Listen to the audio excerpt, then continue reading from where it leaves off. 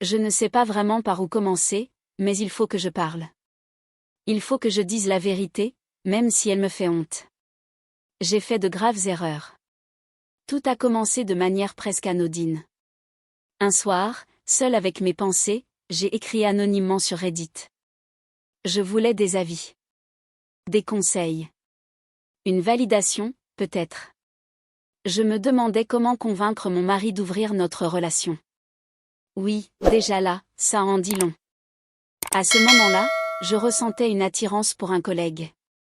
Rien de concret au début, juste une curiosité, un frisson quand il me parlait, une attention particulière qu'il me portait.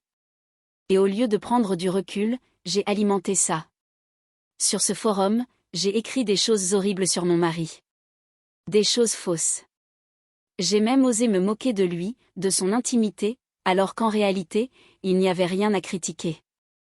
Aujourd'hui encore, ça me donne la nausée d'y repenser. Pourquoi ai-je fait ça?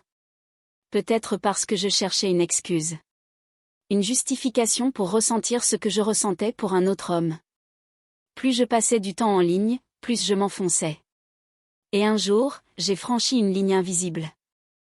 J'ai avoué, dans un de mes messages, que j'étais déjà impliquée émotionnellement avec ce collègue. À ce moment-là, mon mari ne savait rien. Mais moi, je savais. Et ça me rongeait. J'ai essayé de lui proposer d'ouvrir notre relation, comme si ça pouvait effacer ce que j'avais déjà commencé à faire en secret. Mais il a refusé. Pas seulement refusé, il a commencé à douter. À sentir que quelque chose clochait. Il n'imaginait pas à quel point. Avec le temps, ce qui n'était qu'une attirance est devenu réel. Trop réel. Et dès que c'est arrivé, quelque chose en moi s'est brisé. La culpabilité m'a envahi. Je ne pouvais en parler à personne. Ni à mes amis, ni à ma famille. Et surtout pas à mon mari. Alors je suis retournée sur Reddit. Là-bas, personne ne me connaissait. Je pouvais tout dire. Je pensais trouver du réconfort. À la place, j'ai trouvé un miroir brutal. L'homme pour qui j'avais tout risqué, c'était un collègue du bureau. Appelons-le Lucas. Lucas était le genre d'homme qu'on remarque tout de suite. Toujours bien habillé, sûr de lui, sportif. Le genre qui attire les regards sans même essayer. À côté de lui, mon mari me semblait banal. Et je déteste admettre que j'ai pensé ça. Avec Lucas, tout a commencé par des plaisanteries. Des petits moments volés entre deux tâches. Des regards, des sous-entendus. Rien de trop évident, mais assez pour créer une complicité. Au bureau, on riait beaucoup. Trop, peut-être. Et puis un vendredi, tout a basculé. Mon mari était en déplacement. Il devait rentrer le lendemain soir. Ce jour-là, toute l'équipe est sortie manger. Un buffet, beaucoup trop copieux. On n'avait plus envie de travailler ensuite. Lucas a proposé qu'on aille chez lui, pour passer le temps. On a accepté. Sa maison était belle. Spacieuse. Presque trop parfaite. On a commencé par jouer, rire, faire du sport dans son allée. Puis, petit à petit, tout le monde est parti. Et je suis restée. Juste lui, et moi. Je transpirais après avoir joué.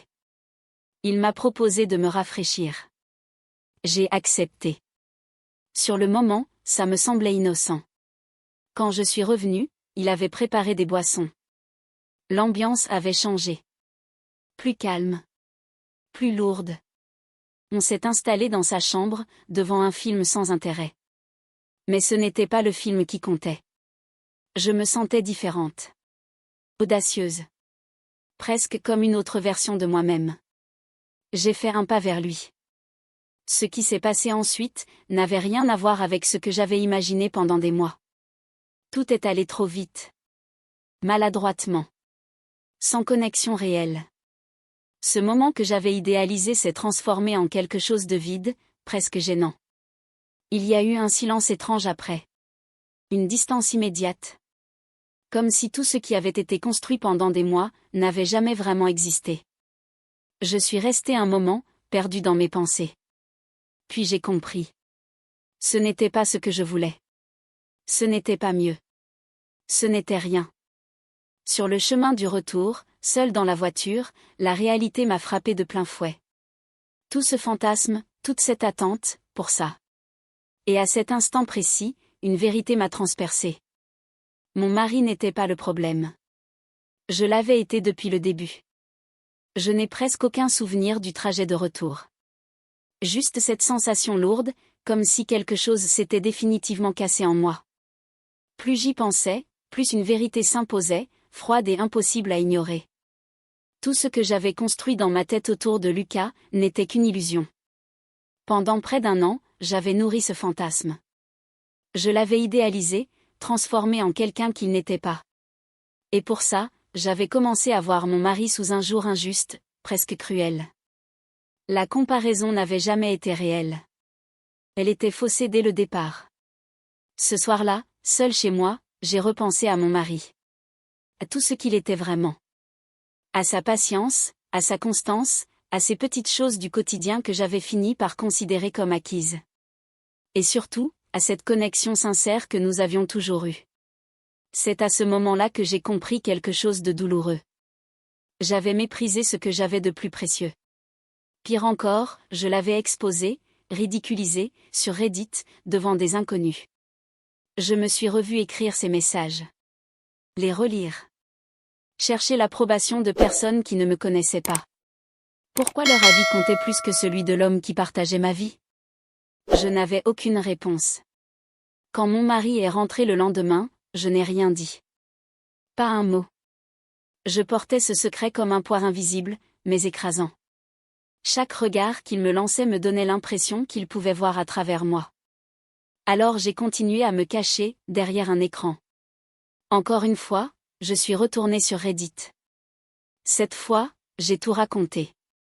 Ou presque tout. Je pensais recevoir du soutien. Mais ce que j'ai trouvé, c'était autre chose. Des réponses dures. Directes. Sans filtre. Et, étrangement, c'est exactement ce dont j'avais besoin. On m'a dit que j'avais été égoïste. Immature. Que j'avais poursuivi une illusion en sacrifiant une relation réelle. Chaque commentaire était comme un coup de vérité. Et pour la première fois, j'ai arrêté de me mentir. J'ai mis fin à tout contact avec Lucas. Sans discussion inutile. Sans chercher à comprendre. Il n'y avait plus rien à comprendre. Au travail, je l'évitais. Strictement professionnel. Froid.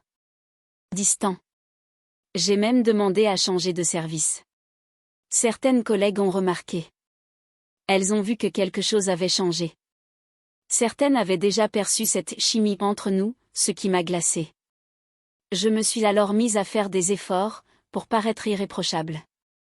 Souriante. Disponible. Comme si je pouvais effacer ce qui s'était passé en étant parfaite maintenant. Mais je ne savais pas que tout était déjà trop tard. Depuis un moment, mon mari savait. Il avait découvert mon compte sur Reddit. Il avait lu mes publications. Mes critiques. Mes mensonges. Et le jour où j'ai raconté mon histoire avec Lucas, il a tout vu. Je m'en suis rendu compte quand j'ai reçu un message de lui. Une simple capture d'écran. Mon cœur s'est arrêté. J'ai quitté le travail sans réfléchir. Tout mon corps tremblait. Je savais que ce moment allait arriver, mais pas comme ça. Quand je suis rentrée, il était là. Dans la cuisine. Calme. Trop calme. J'ai essayé de parler. D'expliquer. Mais il a mis des écouteurs. Comme si je n'existais pas. Le silence était pire que des cris. Il a préparé à manger. Des gestes simples, mécaniques. Puis il s'est servi, et a mangé seul.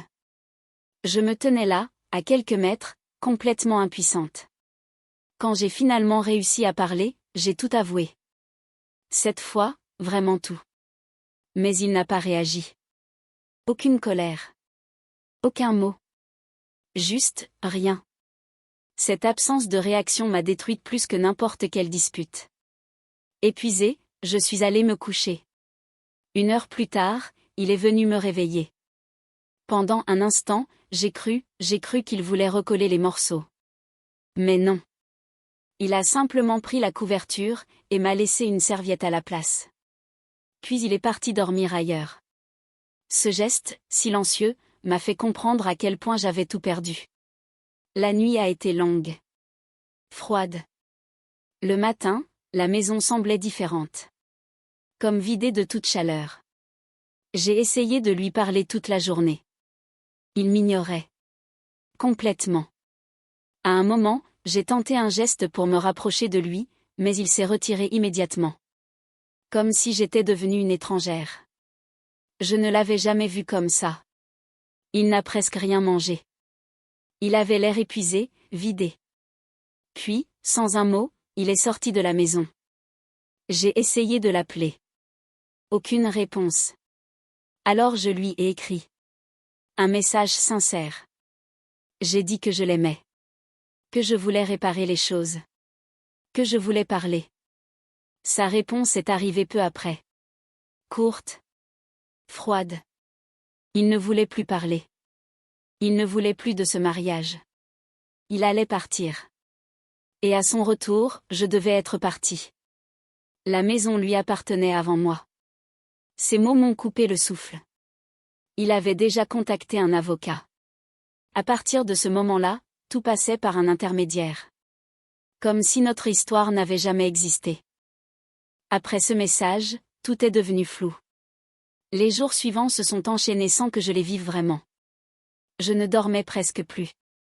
Mon esprit tournait en boucle, rejouant chaque moment, chaque décision, en me demandant comment j'avais pu en arriver là. J'ai essayé de comprendre où il était. Après quelques appels, j'ai fini par apprendre qu'il logeait chez une ancienne compagne. Une femme avec qui il avait partagé une partie de sa vie avant moi. Cette information m'a frappé en plein cœur. Je ne pouvais pas m'empêcher d'imaginer le pire. Elle était belle, libre, et surtout, elle ne l'avait pas trahi. Je savais qu'elle avait essayé de revenir dans sa vie après leur séparation. Et maintenant, il était chez elle. Cette pensée me hantait. Pas seulement par jalousie, mais parce que, pour la première fois, je comprenais ce que ça faisait d'être de l'autre côté. J'ai essayé de reprendre contact avec lui. Encore une fois. Je lui ai écrit un long message. Je lui ai dit que j'étais prête à tout pour réparer les choses.